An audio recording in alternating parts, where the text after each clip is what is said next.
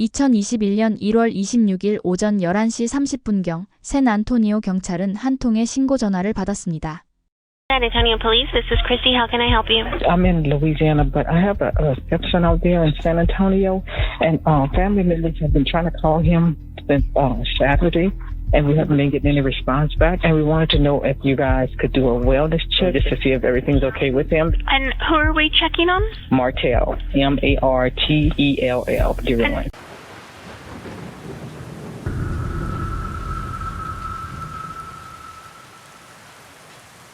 신고를 접수하고 출동한 경찰은 란타 파크웨이에 위치한 타워 아파트에 도착했습니다.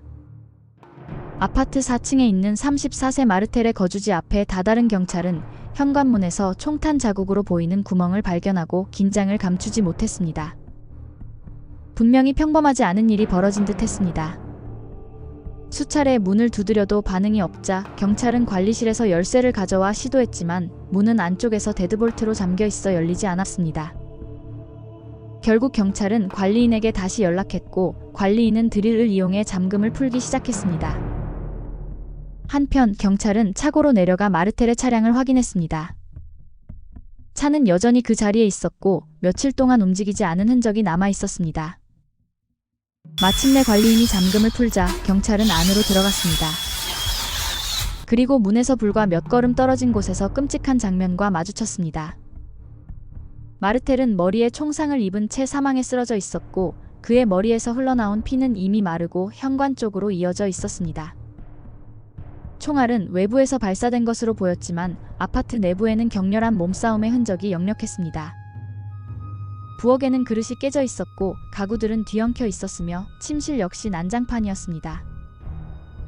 여성의 옷가지와 가방, 심지어 부러진 아크릴 손톱까지 남아 있었는데 이는 범인이 여성일 가능성을 시사했습니다. 옷장 속에서는 빈 권총 상자가 발견되었고 원래 그 안에는 권총이 들어있었던 것으로 보였지만 총은 이미 사라진 상태였습니다. 수사관들은 마르텔이 자신의 총으로 살해당했을 가능성이 높다고 추정했습니다. 이는 범인이 마르텔을 충분히 잘 아는 사람일 수 있음을 암시했습니다. 경찰은 본격적인 수사를 위해 강력계 형사와 감식반이 도착할 때까지 현장에서 기다릴 수밖에 없었습니다. 그 순간 한 여성이 마르텔을 찾으러 현장에 나타났습니다. Hi, ma'am. Are you related to him? What? Okay. Guys able to get in? Yes, ma'am. There's some officers up there, but it's best if you just stay down here right now. I'm gonna go talk to the office. Okay? So we can't go up. 이 여성은 다름 아닌 마르텔의 별거 중인 아내 조야 드루인이었습니다. 근처에 살고 있던 조야는 며칠 동안 남편의 소식을 듣지 못하자 불안한 마음에 직접 아파트를 찾아온 것이었습니다. 그러나 경찰이 출입을 막아 위층으로 올라가는 것을 허락하지 않자 그녀는 곧 불길한 예감을 느꼈습니다. 조야는 곧바로 마르텔의 부모와 지인들에게 전화를 걸어 이 비극적인 상황을 알렸습니다.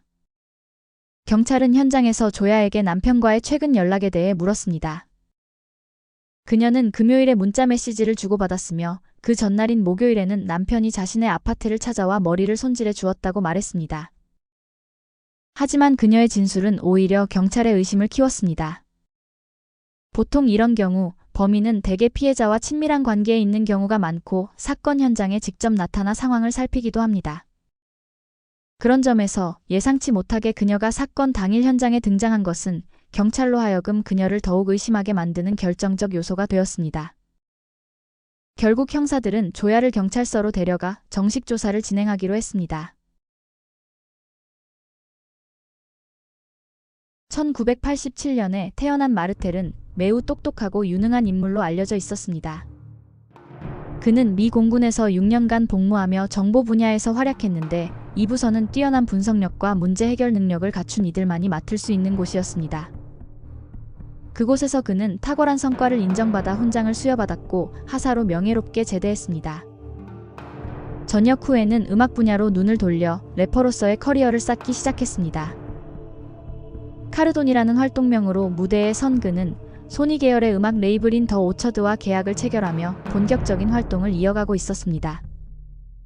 그는 샌안토니오 전역의 음악 현장에서 활발히 활동하며 자신의 스튜디오에서 시내 아티스트들의 음악을 녹음해주는 사운드 엔지니어로도 활약하고 있었습니다. 지인들의 말에 따르면 그는 겸손하고 사려 깊으며 집중력이 강한 사람이었고 모두에게 존경받을 만큼 지적이고 성실한 사람이었다고 할 수 있습니다. 그뿐만 아니라 그는 세계적인 슈퍼스타 비욘세의 친척이었지만 결코 이를 내세우지 않았습니다. 오히려 사람들에게는 거의 언급조차 하지 않았으며 단지 공식 프로필에만 기재될 뿐이었습니다. 마르텔과 조야는 10대 시절 처음 만난 사이였으며 두 사람은 한 번의 이별을 한 후 고등학교 졸업 후 다시 인연을 이어갔고 2007년에 결혼에 골인했습니다. 그러나 마르텔이 사망하기 전까지 약 2년 동안은 별거 상태였으며 서로 가까운 곳에 떨어진 아파트에서 따로 살고 있었습니다. 두 사람이 함께 소유했던 집은 임대에 두고 있었지만 매주 시간을 함께 보낼 정도로 관계는 여전히 우호적이었습니다. 사건 당일 아침, 조야는 남편에게 여러 차례 전화와 문자, 이메일을 보냈지만 답이 없었기 때문에 그의 아파트로 오게 되었던 것입니다. 그녀가 마르텔과 마지막으로 연락이 닿은 것은 사건 발생 나흘 전인 1월 22일이었으며 그의 사망 시점은 발견되기 약 3일 전으로 추정되었습니다.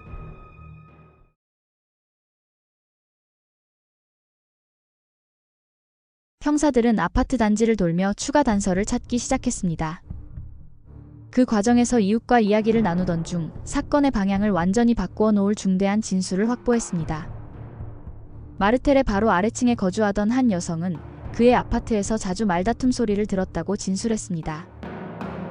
특히 2021년 1월 22일 마르텔 가족이 그와 마지막으로 연락을 주고받은 그날 밤 윗집에서 들려오는 고성과 다툼 소리는 평소보다 훨씬 격렬했습니다. 결국 이웃은 이를 증거로 남기기 위해 그날 밤의 언성을 몰래 녹음하여 관리실에 제출했습니다.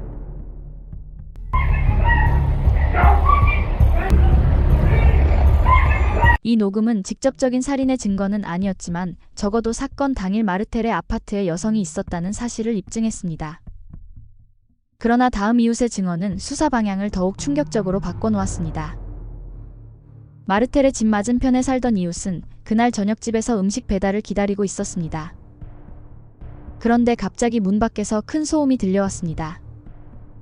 배달원이 도착한 줄 알고 문을 열었는데 그녀가 마주친 광경은 예상 밖이었습니다. 마르텔의 집 앞에서 한 여성이 맨발로 문을 두드리며 서 있었던 것입니다. 이웃의 그 여성에 대한 묘사는 조야의 외모와 비슷했고 별거 중인 부부라면 잦은 다툼이 있었을 것이라는 추정과도 맞아떨어졌습니다. 조야가 실제로 남편의 살해에 연루되었는지를 확인하기 위해 형사들은 그녀의 진술을 더 깊이 파헤치기 시작했습니다. 조야는 처음에는 마르텔과의 결혼 생활이 좋았다고 말했습니다. 두 사람은 공통점이 많았고 특히 음악을 좋아한다는 점에서 잘 맞았다고 했습니다. 그러나 시간이 흐르면서 관계는 서서히 무너져갔고 마지막 2년은 힘겨운 시기였다고 인정했습니다. 그녀가 밝힌 갈등의 원인은 마르텔의 생활 방식 때문이었습니다. 음악 활동을 하면서 함께 어울리는 사람들을 조야는 탐탁지 않게 여겼고 보여주기식으로 사는 태도 또한 갈등의 원인이었습니다. 특히 마르텔이 총을 구입했을 때 집에 총이 있는 걸 원치 않았던 조야는 크게 반발했습니다. 그녀는 남편에게 인스타그램에 그런 걸 올리지 말라고 분명히 말했지만 마르텔은 결국 총과 사치품들을 사진으로 공개했습니다. 래퍼였던 마르텔은 화려한 삶을 과시하길 좋아했고 이는 누군가의 표적이 되기에 충분해 보였습니다. 그런데 형사들이 강도에 의한 살해 가능성을 본격적으로 검토하기도 전에 새로운 증거가 등장하면서 시선은 다시 조야에게 향했습니다. 수사팀이 사건 발생 전후 며칠간의 9.11 신고 기록을 확인하던 중 놀라운 사실이 드러났습니다. 2021년 1월 22일, 즉 마르텔이 사망했을 것으로 추정되는 날이자 그의 시신이 발견되기 3일 전 한 건의 마르텔에 대한 안전 확인 요청이 접수되어 있었던 것이었습니다. 그리고 그 신고자는 다름 아닌 조야였습니다. 그러나 이상하게도 조야는 이 사실을 수사관들에게 단 한 번도 언급하지 않고 있었습니다. I need police now. Okay, and your name?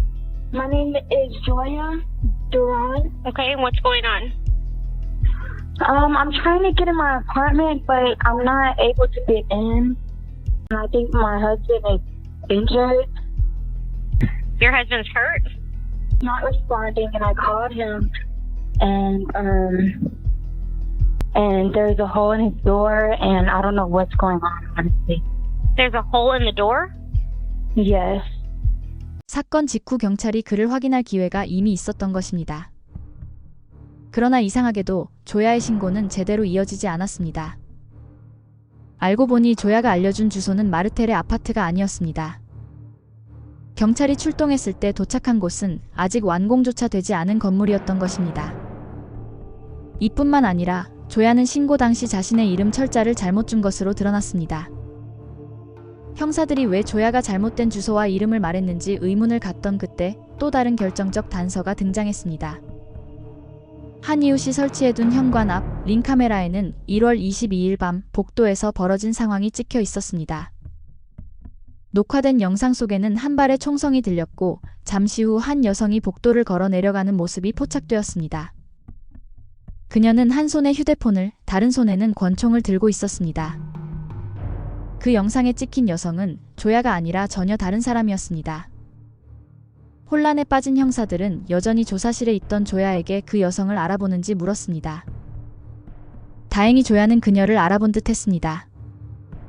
그녀는 21세의 사샤 스카르로 떠오르는 신인 뮤지션이었으며 여러 뮤직비디오에 출연하며 두각을 나타내고 있었습니다.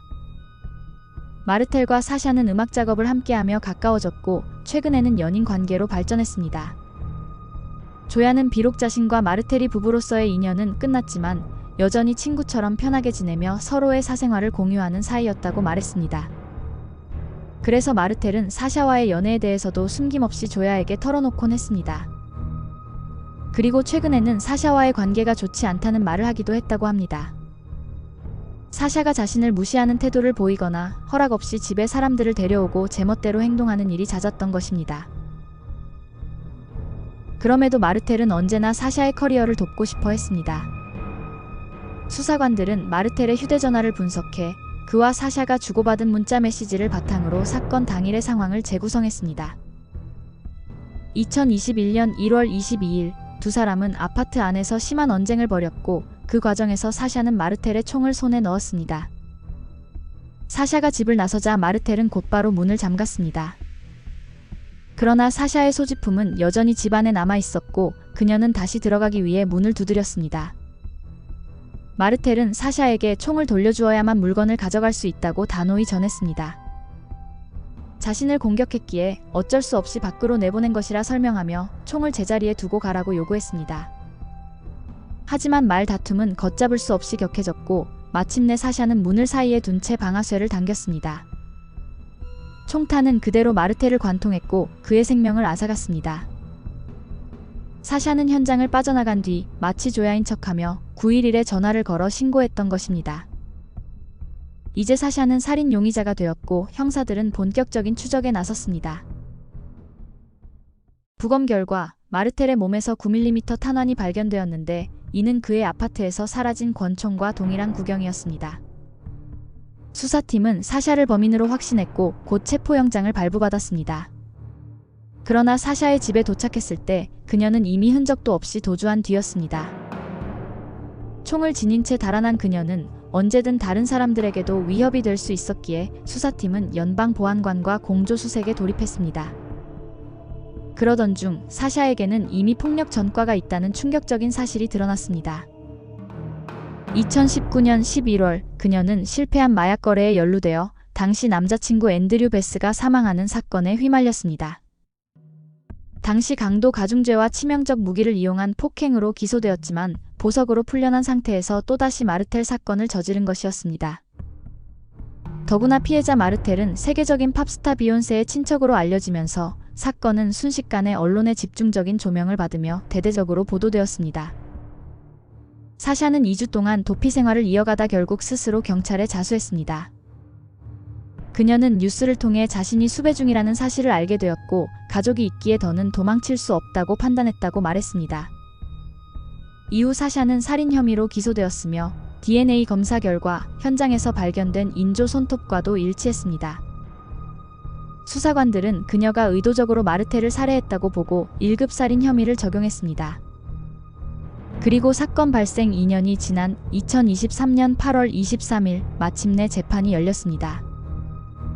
법정에 선 사샤는 스스로 증언대에 올라 변호에 나섰습니다. 그녀의 주장은 이랬습니다. 당시 마르텔이 자신이 다른 남성과 통화하는 장면을 목격하고 격분에 폭행을 가했으며 몸싸움 끝에 가까스로 그에게 벗어나던 중 총을 손에 쥐게 되었다는 것이었습니다. And for what felt like a long time, he was hitting me, choking me, until up to the point where I couldn't breathe.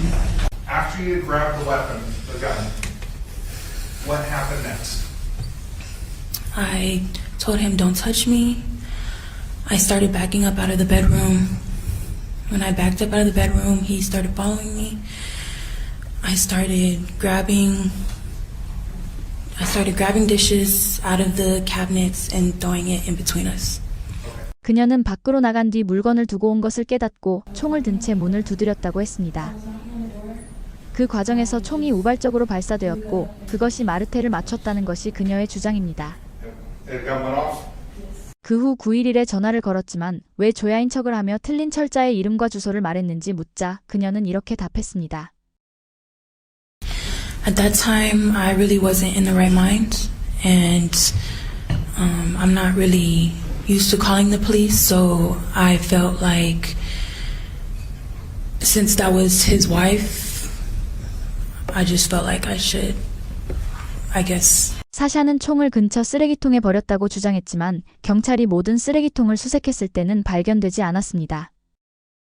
검찰 측 반대 신문에서 사샤의 설명은 대부분 신빙성을 잃었지만 그녀는 끝까지 마르텔을 죽일 의도가 없었다고 주장했습니다.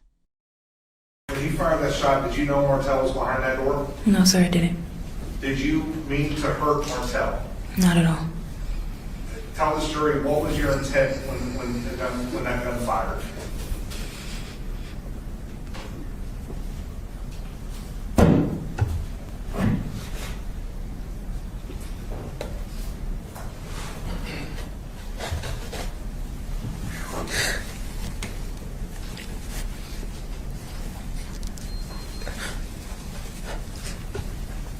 I guess my intent was just to get his attention.